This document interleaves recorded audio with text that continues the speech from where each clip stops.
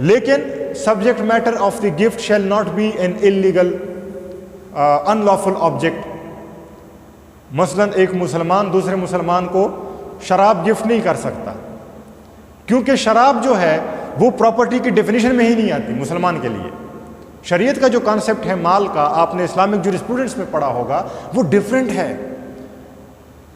جو حرام ایسی چیزیں ہیں، مثلا شراب ہو گئی، شراب پراپرٹی میں آتی ہی نہیں ہے. اس لیے فقہا کہتے ہیں کہ اگر کسی مسلمان کے پاس سٹوریج میں کوئی شراب پڑی ہے اور اس کو کوئی دوسرا شخص نقصان پہنچائے تو وہ مسلمان اس کا تاوان بھی نہیں مانگ سکتا، اس کے پیسے بھی نہیں مانگ سکتا، کیونکہ شریعت کی نگاہ میں مسلمان کے لیے شراب جو ہے وہ پراپرٹی کی حیثیت میں آتا ہی نہیں ہے. ہاں غیر مسلموں کے لیے آتا ہے، شریعت اسے ایکسیپٹ کرتی ہے. کوئی اور مذہب کا بندہ ہے، اس کے پاس ہے اور اس کو کوئی شخص، کوئی مسلمان اس پراپرٹی کو ڈسٹرائے کر لے، اس کی شراب کو ڈسٹرائے کر لے، تو وہ کلیم کر سکتا ہے، کیونکہ اس کے لیے وہ پراپرٹی ہے، مسلمان کے لیے نہیں ہے. سو دی object, the subject matter that is being gifted to the donee, it shall not be an unlawful. مثلا کانٹرابینڈ نہیں ہونا چاہیے، آپ نے چرس اس کو دے دی توفتاً، that is contraband, unlawful. قانون کی نگاہ میں اس کی کوئی اہمیت نہیں ہے، وہ پراپرٹی جو ہے وہ بینڈ ہے، تو شریعت اس کو پراپرٹی کنسیڈر ہی نہیں کرتی جو شرعاً اس قسم کی چیزیں ہوں. تو یہ اس سے ریلیٹڈ کچھ چیزیں موجود ہیں. Otherwise all these are the ingredients and they also may be termed as the essentials، جو سارے اس کے اندر موجود ہیں. سوال ہوتا ہے نا کہ بھئی essentials of gift، تو essentials میں یہ سارے آ جاتے ہیں. اب تھوڑا سا یہاں پر possession پر آتے ہیں. possession کی جب ہم دیکھتے ہیں تو possession کی دو قسمیں ہوتی ہیں. جب ہم gift کے حوالے سے بات کرتے ہیں، nature of the property کے حوالے سے بات کرتے ہیں، one is actual possession and another is constructive possession. actual possession وہ پوزیشن ہے اگر ڈونر جو ہے خود اس کے پاس اس پراپرٹی کی پوزیشن موجود ہو اور وہ اس کو ٹرانسفر کرتا ہے تو یہ ایکچوئل پوزیشن ہے. اس کے برعکس جو دوسرا اس کا کائنڈ ہے کنسٹرکٹیو پوزیشن، وہ یہ ہو سکتا ہے کہ پراپرٹی اس کی ہے لیکن اس وقت اس کے پاس نہیں ہے، اس نے کسی کو لیز پر دی ہے، اس نے کسی کو پلیج کی ہے وہ پراپرٹی، یا وہ مارٹگیج پر اس نے کسی کو دی ہوئی ہے. تو اس صورت میں اگر وہ اس پراپرٹی کو گفٹ کر لیتا ہے تو اس کی اونرشپ جو ہے وہ چینج ہو جائے گی، اور وہ جو پیریڈ ہے لیز کا یا مارٹگیج کا یا جو بھی کانٹریکٹ ہے، اب اس میں معاملہ اس ڈونی اور جو مارٹگیجی ہے یا لیسی ہے یا پلیجی ہے، وٹ ایور دا کیس میں بھی، ان کے درمیان ہوگا.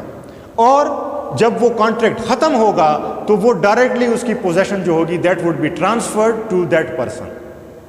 تو اس ہم کہتے ہیں کنسٹرکٹیو پوزیشن، کہ وہ یعنی آگے اس کو ملنے والی ہے، کیونکہ اس وقت اس کے پاس پوزیشن اس کی موجود نہیں ہے، اس میں ایک کانٹریکٹ موجود ہے جس کی وجہ سے جو ہے وہ دوسرے بندے کے پاس ہے. یا مثلا کبھی کبھی انتقالات میں جو رجسٹر انتقالات ہوتی ہے اس میں کبھی کبھی پراپرٹی آپ کی ہوتی ہے لیکن آپ کے نام پر منتقل نہیں ہوئی ہوتی. یا مثلا جو پوزیسر ہے، جو بھی بیلی ہے یا جو بھی بندہ ہے، یہ ہے کہ اب ذمہ داری یہ اس کی بنتی ہے، ڈونی کی نہیں بنتی. آپ نے پراپرٹی اس کو دے دی توفتاً، لیکن آپ کی پراپرٹی مارٹگیج میں آپ نے کی ہوئی ہے، یا وہ بیل پر ہے، یا وہ پلیجڈ ہے، مارٹگیج میں ہے. اب یہ ذمہ داری اس ڈونر کی ہے کہ وہ جا کر اس پلیجی کو، اس لیسی کو، اس مارٹگیجی کو کہے، اس کو وہ انسٹرکٹ کرے، انفارم کرے کہ یہ جو میری پراپرٹی، جو میری ملکیت تھی، جو آپ کے پاس مارٹگیج میں یا پلیج میں یا لیز میں پڑی ہوئی تھی، یہ میں فلاں شخص کو میں نے گفٹ کر دی، اس کو میں نے ڈونیٹ کر دی، اب جو ہے اس کو آپ یہ پراپرٹی ٹرانسفر کریں گے، واپس دیں گے. اسی طرح اگر رجسٹر انتقالات میں مثلا ایک شخص ہے، پراپرٹی اس کے والد کے نام پر تھی، والد فوت ہو گیا، وراثت تقسیم ہو گئی، اس کی اونرشپ میں آئی ہے وہ پراپرٹی، لیکن ادھر رجسٹر میں ٹرانسفر نہیں ہوئی، تو اب یہ ڈونر کا جو ہے اس کی ذمہ داری ہے کہ وہ وہاں جا کر، اگر وہ کسی کو گفٹ کرتا ہے، وہاں جا کر وہ اسٹیٹمنٹ دے دے، ان کو ڈاکومنٹس فراہم کر دے کہ یہ پراپرٹی میں فلاں شخص کو میں نے گفٹ کر دی ہے، اس لیے اس کا انتقال جو ہے اس کے نام پر کر دیا جائے. یا اپنے نام سے اگر وہ ٹرانسفر کرتا ہے، یہ ذمہ داریاں اس کی بنتی ہے، جو گفٹ جو ہے جو دیتا ہے، جو ڈونر ہے، اس کی ذمہ داری ہے کہ وہ اس پراپرٹی کو, اگر کوئی فارمیلٹی ایسی ہے جو کہ اونرشپ کے ٹرانسفر کے لیے ضروری ہے, اس فارمیلٹی کو ڈونر جو ہے وہ پورا کرے. تو یہ ایک ہو گیا. اچھا, اب اس میں ڈیلیوری آف پوزیشن جو ہے, جس طرح ہم نے کہا that this is the essence of gift. A gift is completed when the possession is transferred. Before transferring of possession, سوال ہوتا ہے کہ when can a gift may be revoked? When a gift may be revoked. So after the transfer of possession, a gift cannot be revoked. Before transfer of possession, the gift may be revoked. آپ نے کسی کو کہا کہ بھئی یہ pain جو ہے میں آپ کو تحفتاً دیتا ہوں, یہ لیجئے. ابھی آپ نے اس کو دیا نہیں ہے, آپ نے پھر کہا کہ نہیں یار میں نہیں دے سکتا. پوزیشن آپ نے ٹرانسفر نہیں کی, تب تک آپ کے پاس اختیار ہے. ایک دفعہ آپ نے دے دیا, آپ ایسا نہیں کر سکتے کہ اگلے دن جو ہے آپ پشیمان ہو جائیں اور آپ اس کے پاس چلے جائیں. یار آپ پروں سے میں در کڑا ہے وہ خزڑوں میں پسے بد ہے. آئی ایم سوری ٹو سے آئی واز اسپیکنگ ان پشتو. اچھا, transfer of possession is the essence of a gift, and a gift is completed after the transfer of possession is made. But there are certain exceptions to this rule. وہ exceptions کیا ہیں جس میں delivery of position ضروری نہ ہو, اور اس میں کیا چیزیں ہیں؟ اس میں مین چیز یہ ہے کہ یا تو پراپرٹی آلریڈی اس شخص کی پوزیشن میں ہو جس کو آپ گفٹ کر رہے ہیں, یا وہ پراپرٹی اگر آپ اس کو دے بھی صحیح تو وہ پراپرٹی رکھنے کا اہل نہ ہو. تو اس میں یعنی مثلاً پراپرٹی کسی کے پاس مارٹگیج میں تھی, پلیج میں تھی, لیز میں آلریڈی پڑی ہوئی تھی, آپ نے اس کو عاریتاً دی تھی اور آپ اس کو گفٹ کر لیں, آلریڈی اس کی پوزیشن میں ہے, ٹرانسفر آف پوزیشن جو ہے یا ڈیلیوری آف پوزیشن ضروری نہیں ہے. دوسری سچویشن وہ ہے جس میں کہ مثلاً ایک گارڈین یا والد ہے, فادر ہے, وہ اپنے مائنر چائلڈ کو گفٹ کرے. اب اس صورت میں چونکہ مائنر چائلڈ جو ہے he can not hold property, وہ پوزیس نہیں کر سکتا, اس کے بہاف پہ آلریڈی فادر خود پوزیس کرتا ہے, تو وہ اگر گفٹ کر بھی لے تو ٹرانسفر آف پوزیشن کی ضرورت نہیں ہے, صرف اونرشپ اس کے حق میں ہو جائے گی. جب وہ میجر ہو جائے گا تو پراپرٹی اس کو ملے گی, ادروائز پوزیشن فادر ہی کے پاس رہے گی. یا مادر جو ہے اس کے پاس, when a mother gifts something to her infant child, جو کہ جس کو جو ہے وہ مینٹین کر رہی ہو, تو اس صورت میں ٹرانسفر آف پوزیشن جو ہے that is not necessary. So these were about the definition of gift. This was all about the definition of the gift, its literal meaning, technical meaning, essentials, parties to a gift, when can a gift be revoked, and when a gift is completed, and different kinds of possession and exception to the rule of the transfer of possession in gift. Thank you very much.